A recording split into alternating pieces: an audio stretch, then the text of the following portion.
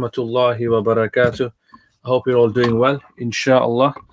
We're moving on to chapter 9 of the book for today. Retaining goodness, reform as a preservation of original forms. Okay, so we're really talking about someone that we haven't really indulged with as much, Ahmad Raza Khan, who was one of the key Deoband, the rivals of the Deobandis, and who pose them, who kind of juxtapose them as the ones who threatened Islam in India as well. Um, in January in 1906, while he was on his second pilgrimage, Ahmad Raza Khan presented a fatwa to a group of ulama in Mecca and Medina, and basically he anathematized, he declared out of the fold of Islam some prominent Indian scholars, and the fatwa was approved, and the scholars that were among them that were declared out of the fold of Islam, takfir was done on them essentially, was Rashid Ahmad Gangoi, Qasim Nanotwi, Khalid Ahmad Sarampuri, Ashraf Ali Thanvi. So these are some of the key scholars of the Deobandi tradition. And then later on, he published a opinion which was in Arabic, which was very, very famous. It's been translated as well. Husam al-Haramain ala man har al-kufr wal main. The sword of the holy sanctuaries at the throat of unbelief and falsehood. So he wasn't someone that was quite reserved when it came to giving his texts some very, very graphic titles as well. And he got this endorsement from the ulama in Saudi, or in Arabia. It wasn't Saudi Arabia, but in Arabia at the time as well. Now, this was a novel precedent because they were, for all intents and purposes, the Deobandis were all intents and purposes fellow Hanafi scholars. So this was at the end of 2 decades or so of polemical activity that took place between the pioneers of these two schools. Right, so this fatwa didn't just fall out the air. It was at the end of polemics that was taking place between these two schools as well. And I'm not going to go into too much of the detail, but I'm going to give you an overview so that we can contrast some of the important conversations that we've been having with the Deobandi tradition as opposed to the Barelwi tradition as well. Now, there are 2 texts that were written as forms of refutations or counter-refutations against the Deobandis. One of them, and there were many, but two of the are particularly important. One of them was called Glistening Lights in Defense of the Mawlid and the Fatiha, which I'll just call the Glistening Lights from now on. And the second one was called Al-Barahin Al-Qat'iyya, had a longer name, which was a conclusive proofs on the darkness of glistening lights. And I'll call that one conclusive proofs from now on. The title's too long. And they were written by someone called Abdul Sami, and he chastised the Deobandis and the ulama who were against the Mawlid and the Fatiha. So he was refutation against what we talked about in a previous video on the chapter around the Mawlid and the Fatiha as well. He wasn't a disciple of Ahmad Raza Khan, so you can't really call Abdul Sami a Barelwi scholar as such anyway. But anyways, very, very interestingly that this particular person, he actually studied with Deobandi scholars, right? For example, Maulana Qasim Nanotwi, he studied with him. He'd also Haji Imdadullah, and also Khalid Ahmad Saharampuri as well. In fact, he was one of those rare disciples of Imdadullah who had granted him personally the discipleship. He's also made him a Khalifa as well. So it's very, very interesting that he writes against this tradition, but he was part of this tradition. He benefited from this tradition as well. So despite the influence of important Deobandi scholars in his intellectual genealogy, by writing the Glistening Lights, he became one of the most fiercest and most unsparing critics of the Deobandi schools. Very, very interesting. Can you see there's overlap? I mentioned this before right at the beginning of the videos, that you'll see a lot of overlaps between this tradition. So Abdul Sami, who was a major who criticized the Deobandi tradition, actually benefited from some major Deobandi scholars, right, like that I mentioned. And so Saharampuri was also very, very important as well. And then Maulana Khalid Ahmad Sampuri composed a refutation of Abdul Samid's refutation on the Deobandi scholars themselves. So there was always this refutation and counter-refutation taking place as well.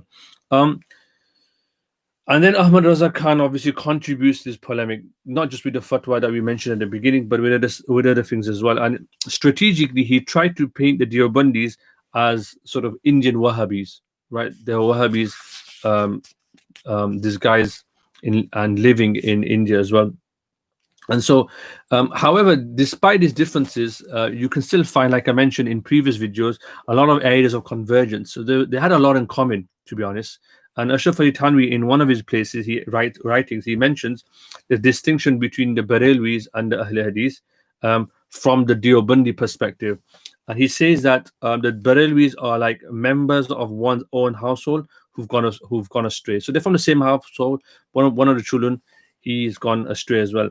And the Ahl Hadith, however, the Ahl Hadith and non-conformists, in contrast, were never part of the household in the first place. They were never part of a household in the first place as well. So the Barelwis have moral etiquette, but no faith, Ba-Deen, Ba-Adab. And the Ahl Hadith, on the hand, have faith, but no moral etiquette, Ba-Deen, Ba-Adab. So there was always some sort of conciliatory tone between them, despite the heightened polemics that ensued between the Barelwis and the Deobandis. The question is, why did Ahmad Raza Khan find it? Why did he anathematize the Deobandis, the pioneers of Deoband as well? And so he had a number of objectives which we're going to focus on. And this all comes down to how he conceptualized innovation. We've talked about extensively in the previous videos how Deobandis understood bid'ah. Okay, we'll look at how Ahmad Raza Khan and the Barelwis, by extension, how did they understand innovation? Okay, and we'll look at this as well. So he was born, just as a side note, and it's important to know a little bit about him. And the book mentions it in detail. He was born in North Indian town of Bareilly in 1856, 1 year before the mutiny against the British. And he was a prolific, charismatic scholar, and he was also controversial as well. There's no denying that as well. He studied the Darsi Nizami with his father, Naqi Ali Khan, who died in 1880, who was also a prominent scholar himself. And he also was an arch enemy, rival, if you like, opponent of Shah Muhammad Ismail. So this was history, right? My father was fighting with, debating with Muhammad Ismail Shahid as well. Apart from his father, he had also an intellectual career with a Sufi master, Shah Ali Rasul, who died in 1879 as well. And besides that, he obviously went to Hajj for a number of times, twice, in 1878 and 1905, and that also formed his intellectual career as well. For example, in Mecca, he met a Shafi'i scholar called Ahmad Zaini Dahlan, and Dahlan was was very zealous against the Wahhabi ideology. And then he also met someone called Abdul Rahman Siraj Makki. He was a Hanafi scholar, again, very, very strongly outspoken against the Wahhabi movement as well. So he probably got a lot of his ideas from his intellectual formation with his father, who'd been an opponent of Ismail. Also, when he traveled to Hijaz, he met scholars who were very much opposed to Wahhabi ideology as well. Now, Ahmad Raza Khan was also a great scholar. There's no denying that in terms of his scholarship. I mean, he was a master of citation.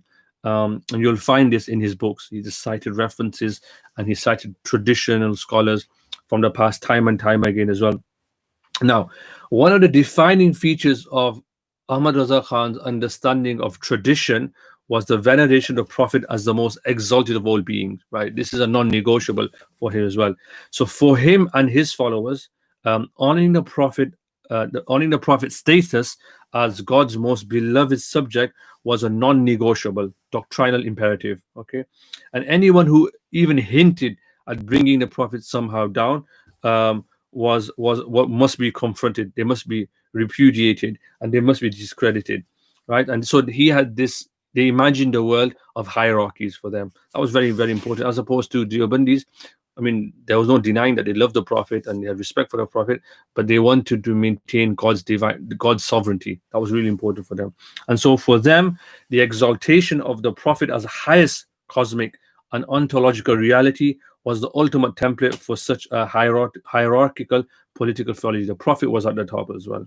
Okay, now we get into a particular text where Ahmad Raza Khan refused the Deobandis. This is a text that's called Iqamat al-Qiyamah ala ta'yin qiyaman lin-Nabi Istihama, unleashing hell against the attack of standing to the exalt to exalt the venerable Prophet. Remember, I talked about previous chapter. One of the issues that the Deobandis had was the qiyam, right, standing up when the Prophet came, when they believed that the Prophet was present. Okay, and he says, look, to the Barelwis, to the Deobandis, like, you've completely misunderstood what bid'ah is, right? You've completely misunderstood what an innovation is as well. So he argued that for an act to be permissible or forbidden, you need to have a decisive proof. That's qat'i, right? Without that, you can't make something permissible, right? You can't make something permissible unless you've got proof. So everything is normatively allowed unless you have a proof that says that act is no longer allowed, and that's something worth bearing in mind as well, inshallah. So unless you had a Prophet والسلام, or the Sharia forbidding something, everything was normatively allowed in terms of the tradition. And so for him, the cardinal sin of the Deobandi ulama and Sa Ismail, in his view, was this pride that they had in terms of outlawing things that were normally allowed. Okay, and so Ahmad Raza Khan would have agreed with his Deobandi rivals that anything that makes something corrupt would make it problematic. Any practice within a normal practice would make it problematic. So Mawlid is fine. He agrees with the Deobandis that Mawlid is fine, and he also agrees that anything that's problematic in there needs to be removed. However, where he really disagreed with them on, and this is the crux of the debate between the Deobandis and Barelwis when it comes to innovation in religion. The Deobandis saw society in a state of emergency. There was a moral chaos, and they had to dissuade people from these practices. He said, look, as long as there's no threat to divine sovereignty, right, you can't call yourself heretical, you can't call this act heretical, right? And he also saw that he also felt that the goodness and the badness of an act should be judged on its own merit, and not like how the Deobandis were doing, where it was sort of like, does it compete with religion? We talked about this before. So that's how the method was very different. He understood it as, look, something good or bad should be judged on its own merits, and not you shouldn't go back to time with the Prophet and say, well, the Prophet never did this, the companions never did this, and they never had any reason to do it, and therefore we're not going to allow it to happen, right? He said, look, we need to look at it as it is. And because the Deobandis, he argues, and Yofa argues, see society sort of moving backwards, moving away from the pristine time of the Prophet sallallahu alaihi wasallam, they were informed by this particular worldview, whereas he said, no, I don't really agree with this. And he brings traditions. Ahmad Raza Khan brings tradition to say, look, there's nothing to say that this is entirely true, that time people will come after the Prophet, right? And you can't say that goodness was only in the time of the Prophet itself, and nothing good is going to come after that.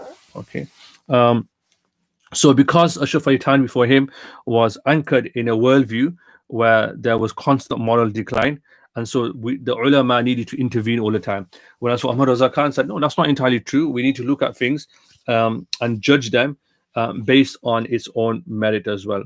Okay, and then he goes into a whole discussion between Ahmad Raza Khan and Khalid Ahmad Sampuri. And it's a very interesting discussion in terms of the discussion around certain practices that they found problematic. I'm not going to go into them because it's very hermeneutical exercise. It requires engagement with text, and I'm not going to go into that as well. Okay, now the distinguishing thing between the Deobandis and the Barelwis was what's known as a distinguishing between law and habit. Okay, now the Deobandi Reform Project was animated by the promise of disrupting habits and conventions that seemed to be running alongside religious practices, right? That for them was very problematic.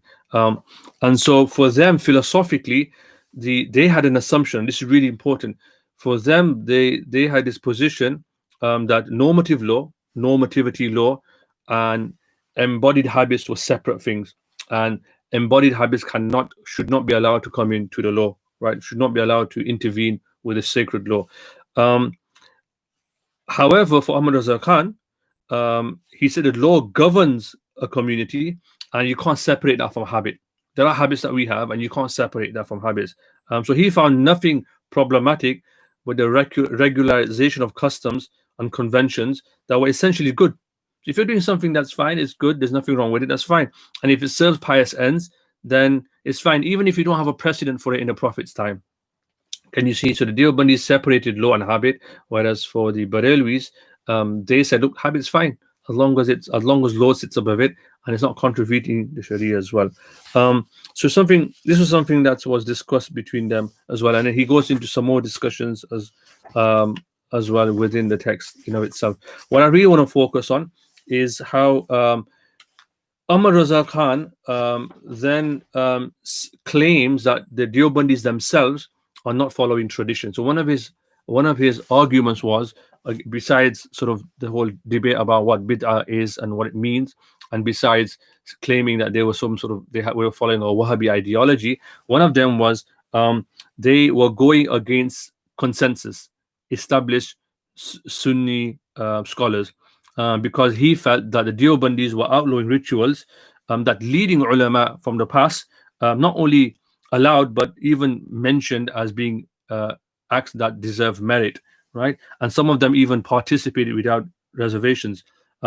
So many scholars of the past sanctioned the birthday of the Prophet ﷺ, and the qiyam of standing up for salutations upon the Prophet, and he mentions a list of them in his book as well.